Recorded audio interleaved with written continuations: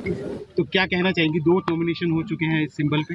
देखिए, ये सब नियम की बातें हैं। आप बात करिएगा, रिटर्निंग ऑफिसर से बात करिए, पार्टी के मुख्य जो लोग हैं उनसे बात करिए। मैंने समाजवादी पार्टी गठबंधन से नॉमिनेशन कराया। क्या मुद्दे रहने वाले हैं मैम इस बार चुनाव में, आप चुनाव लड़ने वाले हैं यहाँ पर? देखिए, इस बार की बात नहीं है। मेरा सबसे पहले मुद्दा तो ये है कि भाईचारा रहना चाहिए, संविधान बचना चाहिए, लोकतंत्र डेमोक्रेसी की लाज रहनी चाहिए, सब लोग आपस में विकास हो, तरक्की हो, ये होना चाहिए।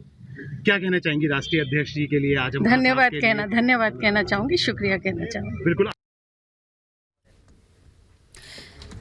और हमारे सहयोगी अजय इस समय हमारे साथ जुड़ चुके हैं, राघवेंद्र हमारे साथ जुड़ चुके हैं। पहले अजय आपके पास आ रहे हैं, यह असमंजस की स्थिति बढ़ती ही जा रही है। अब दोनों प्रत्याशी एक के बाद एक बयानबाजी भी कर रहे हैं। अब आगे क्या कहते हैं समीकरण, जरा समझाइए दर्शकों। देखिए, समीकरण और 2 प्रत्याशी केवल मुरादाबाद ही नहीं, रामपुर, ये आपस में गुत्थम गुत्थी है पूरी। मुरादाबाद से एसटी हसन को सपा रामपुर से लड़ाना चाह रही थी, एसटी हसन ने साफ साफ मना कर दिया। अब जो रुचि है वो कह रही है कि एसटी हसन मेरे बड़े भाई हैं, जबकि कल नामांकन करने के बाद एसटी हसन ने कहा था कि मैं दुनिया की सभी औरतों को अपनी बहन, अपनी माता मानता हूं। तो एक तरफ एसटी हसन ने व्यंग किया था, उस व्यंग के जवाब में ये भाई कह रही है। महत्वपूर्ण क्या है, समाजवादी पार्टी के आधिकारिक प्रत्याशी एसटी हसन है। कल शाम तक रुचि वोरा के नाम पर चर्चा हो रही थी, उनको देने की बात भी की जा रही थी, लेकिन जब एसटी हसन पीछे नहीं हटे, रामपुर जाकर लड़ने की बात नहीं स्वीकारी, तो अब बिल्कुल स्पष्ट है कि एसटी हसन जो पहले ही जीते हुए प्रत्याशी है, पिछले चुनाव में जीत हासिल की थी, इस बार फिर से प्रत्याशी रहेंगे। और इस बारे में बात करने के लिए जो स्थिति बनी हुई है, जो कलह दिख रही है, बात करने के लिए बीजेपी के प्रवक्ता राकेश त्रिपाठी हमारे संग मौजूद है। रामपुर और मुरादाबाद, ये तो सपा का मजबूत गढ़ माना जा रहा था, ये क्या आप लोग कैसे इसमें फीडबैक दे रहे हैं जो चल रहा है? देखिए, अखिलेश यादव ने समाजवादी पार्टी पर अपनी पकड़ खो दी है।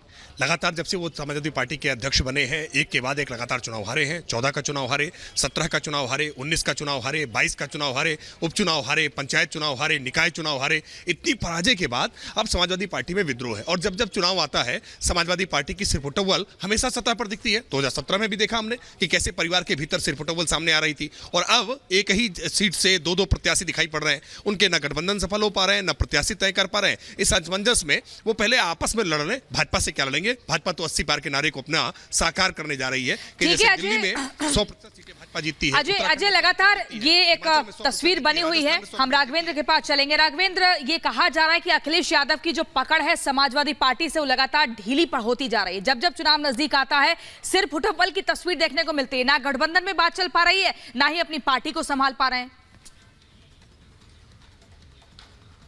देखिए, समाजवादी पार्टी की जो कला है वो खुल करके सामने आ चुकी है। चाहे वो मुरादाबाद की बात करें, रामपुर की बात करें, इस समय 4 उम्मीदवारों ने पर्चा दाखिल कर दिया है 2 लोकसभा सीटों के लिए, और चारों दावा कर रहे हैं कि समाजवादी पार्टी ने मुझे सिंबल दिया है। अब यह बाद में पता चलेगा कि कौन किसका पर्चा कैंसिल होता है, कौन नॉमिनेशन अपना वापस लेता है। लेकिन इस समय जो मैसेज जा रहा है वो कहीं ना कहीं समाजवादी पार्टी को दुख देने वाला है। अखिलेश यादव कलह अपनी जो कला है उसको शांत करने में नाकाम रहे हैं। कहीं ना कहीं 4 लोग जो हैं उनके पर्चा भर दिए हैं। आजम खान इतनी ताकत जरूर रखते हैं कि अगर वो अपने उम्मीदवार को जीता न पाए तो हराने का काम जरूर कर सकते हैं। अगर आजम खान की बात नहीं मानी गई, अगर अखिलेश यादव अड़े रहते हैं, तो कहीं ना कहीं समाजवादी पार्टी के कैंडिडेट को आने वाले समय में नुकसान झेलना पड़ सकता है। तो जो ये स्थिति है, कहीं ना कहीं वो बहुत दुखदाई होने वाली है अखिलेश यादव के सामने। अखिलेश यादव यहां पर अपने नेतृत्व को एक अच्छा मैसेज दे नहीं पा रहे हैं, और कहीं ना कहीं इसी का कारण है कि कार्यकर्ताओं का जो मनोबल है वह पार्टी के लाइन के खिलाफ बढ़ करके गया है।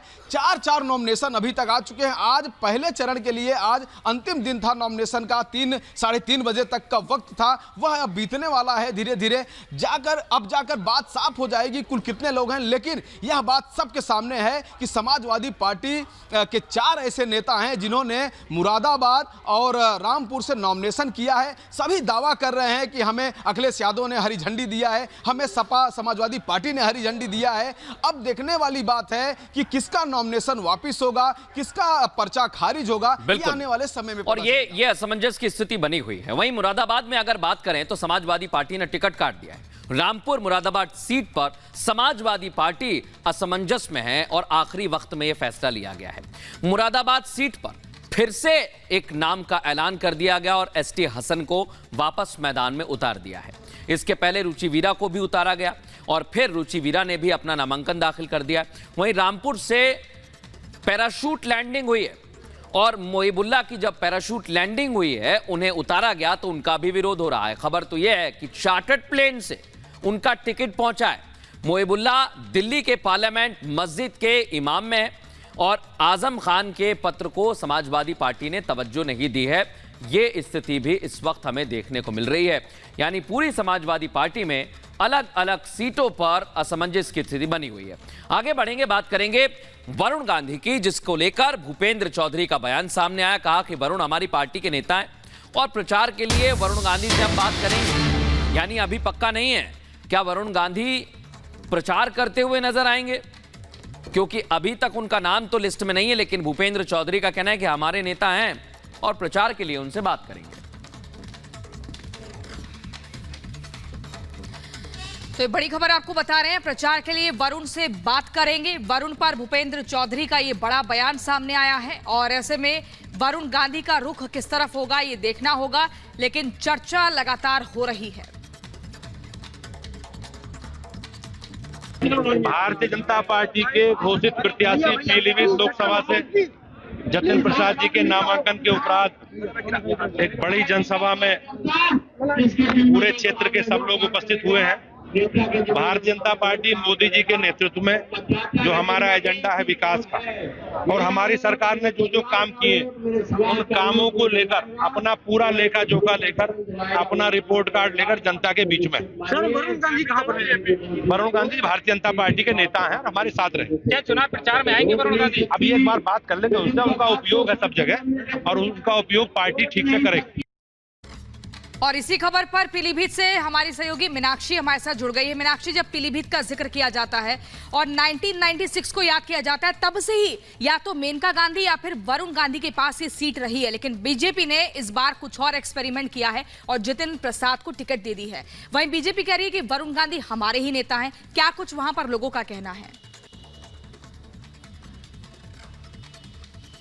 बिल्कुल, देखिए प्रियंका, 2004 से ही बीजेपी का गढ़ है पीलीभीत, और पीलीभीत को लेकर के अभी भूपेंद्र यादव से यहाँ पर जो सवाल पूछा गया था वो ये सवाल पूछा गया था कि क्या आप मना पाए हैं नेता को, क्योंकि उनके जो सचिव है, जो सेक्रेटरी है वरुण गांधी के, वो पहले ही यहाँ से नामांकन का फॉर्म खरीद के लेकर के जा चुके हैं। डीएम ऑफिस के बाहर ही मेरी मौजूदगी है और ऐसे में इंतजार इस बात का हो रहा है कि क्या वो नामांकन करने के लिए आएंगे, क्योंकि कहीं ना कहीं दबी कुचली आवाज में अभी भी ये चीज सुनने को मिल रही है कि वरुण गांधी नामांकन कर सकते हैं। हालांकि ये अफवाह भी हो सकती है, क्योंकि उनकी तरफ से ये भी क्लैरिटी आई थी कि वो ऐसा कुछ नहीं करने वाले हैं। भूपेंद्र जो प्रदेश अध्यक्ष, उनसे ये पूछा गया था कि क्या नेता मान गए हैं, क्योंकि जतिन प्रसाद का जब से नाम अनाउंस हुआ है उनके नाम पर कई बार पार्टी कार्यकर्ताओं से मुलाकात हो गई है, लेकिन वरुण गांधी उस पूरे सिनेरियो में कहीं बिल्कुल, और जतिन प्रसाद एक बड़ा नाम कांग्रेस पार्टी में रहे, लेकिन अब भारतीय जनता पार्टी के साथ हैं और उन्होंने अपने आप को साबित भी किया, इसलिए टिकट पाया है।